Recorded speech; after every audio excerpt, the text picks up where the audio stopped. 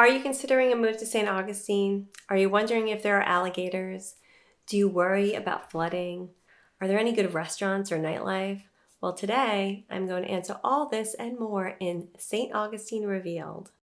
I get a lot of questions from people looking to move here. I'm a realtor, so I hear it all. Some have never been here before and some have visited as tourists. Either way, they have lots of questions, so we are covering it all right here today.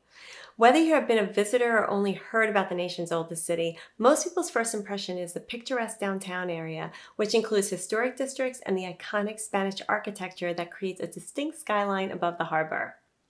On your first visit to St. Augustine, you'll probably spend time wandering the boutiques of St. George Street, learning about the long history of the Castillo de San Marco, and exploring the many spots for good food, strong drinks, and live music throughout the downtown area.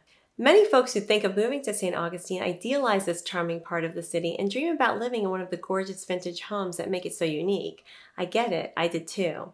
Many want to live there, but 9 times out of 10, buyers aren't moving downtown, and there are a number of reasons why. It is convenient for fun, but inconvenient for chores. Being downtown is great. You are close to restaurants, shops, and year-round events. But did you know there isn't a grocery store downtown? Many people have the idea that living downtown means they can walk to everything like the market, the pharmacy, or the vet clinic. But in actuality, you would need to get in the car and drive out to US 1 or over to Anastasia Island to find markets and services. For some, that is not a big deal, but for others who expect city living like you find in other metro areas, it will be. If you are here for a visit and eating out every night, you will love the endless options. But if you prefer to shop for fresh groceries on your walk home every day, you just can't do that downtown. What about visitors and traffic? There has been major growth in the tourism industry of St. Augustine, and we've definitely talked about that before. And over the last 10 years, it has been wonderful to welcome so many visitors from near and far to our beautiful town and bolster the local economy of artists, restaurants, and sightseeing guides. But this also congests the small streets, especially since the town layout has not changed in over 400 years, and often leads to long lines and wait times at your favorite places.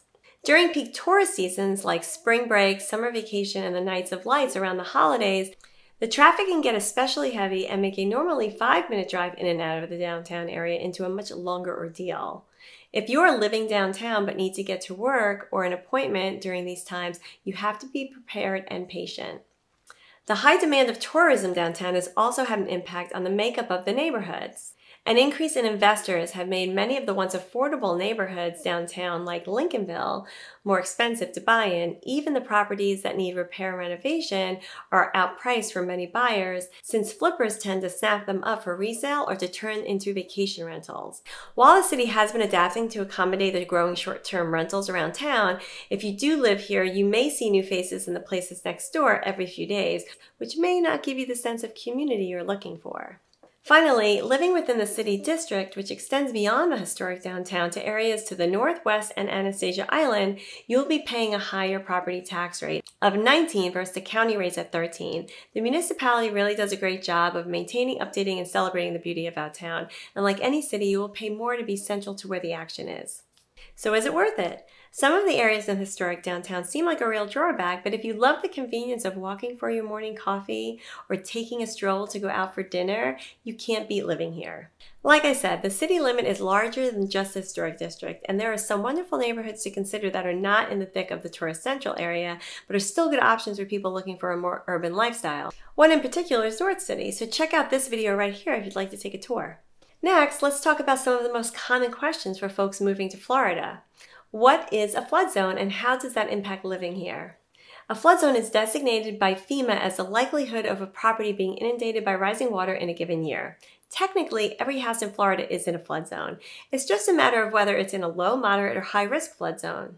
I actually did a video on flood zones, so you should watch that next if you'd like to learn more. The good news is there are plenty of places to live in St. Augustine and St. Johns County where you do not need to worry about coastal flooding, but of course, the closer you are to the coast, the higher the risk. Keeping an eye on the weather, are hurricanes really a problem? The answer is yes, but this particular area of Northeast Florida historically does not get hit with many. Some major storms were Hurricane Dora in 1964 and Hurricane Charley in 2004. But it wasn't until 2016, 12 years later, when Hurricane Matthew hit the area, wreaking havoc on our little city, followed by Irma in 2017, which caused major flooding. Since then, we've seen more nor'easters than anything else, but those pesky storms last for days and can cause flooding as well. Bottom line, the coastal area is low-lying, and flooding is something the residents need to think about during hurricane season. But like I said before, there are plenty of places to live from Jacksonville to the Palm Coast where flooding isn't a concern. But remember, you still need to make sure you are covered for wind damage because storms are not just about the water. So keeping that in mind, one negative to living in Florida and being coastal, we have seen a spike in home insurance. The state's susceptibility to hurricanes and a rising rate of insurance fraud have all contributed to the state currently costing homeowners almost twice as much for insurance as in other states. Our governor did institute a law that will make it harder to take insurers to court in hopes of bringing more private insurers back to Florida so there can be more competition and therefore more options and hopefully more affordable ones. But until then, Floridians have seen an average of a 4% increase in their premiums in 2021, according to insurance agency Matic. Now, I did do a video to help you save some money on your premiums, so you'll find that link in the description below. In any case, your insurance rates will be higher in Florida, but you aren't paying state income tax, so it all balances out somewhere. The next common question I hear is, are there really alligators roaming around Florida? Yes, there are alligators here, but you probably won't see one strolling down the road. Florida has a healthy and stable alligator population with about 1.3 million alligators. They inhabit all wild areas of Florida that can support them, such as rivers, swamps, and lakes. So maybe you want to stick to the ocean for swimming. There's a good chance that if there is water, there are gators. Now, if you do come across an alligator on land, the best thing to do is run away and keep a distance of around 20 to 30 feet. But if you're curious about them, you can see them safely up close at the alligator farm in Anastasia Island. It is a great place to visit with the whole family and is also home to other Floridian wildlife and even more exotic animals from around the world. Another key feature of our little city that people ask about is their culture and art. Yes, many people are moving here from vibrant areas with theater, dining, and the arts, so they are seeking the same thing here.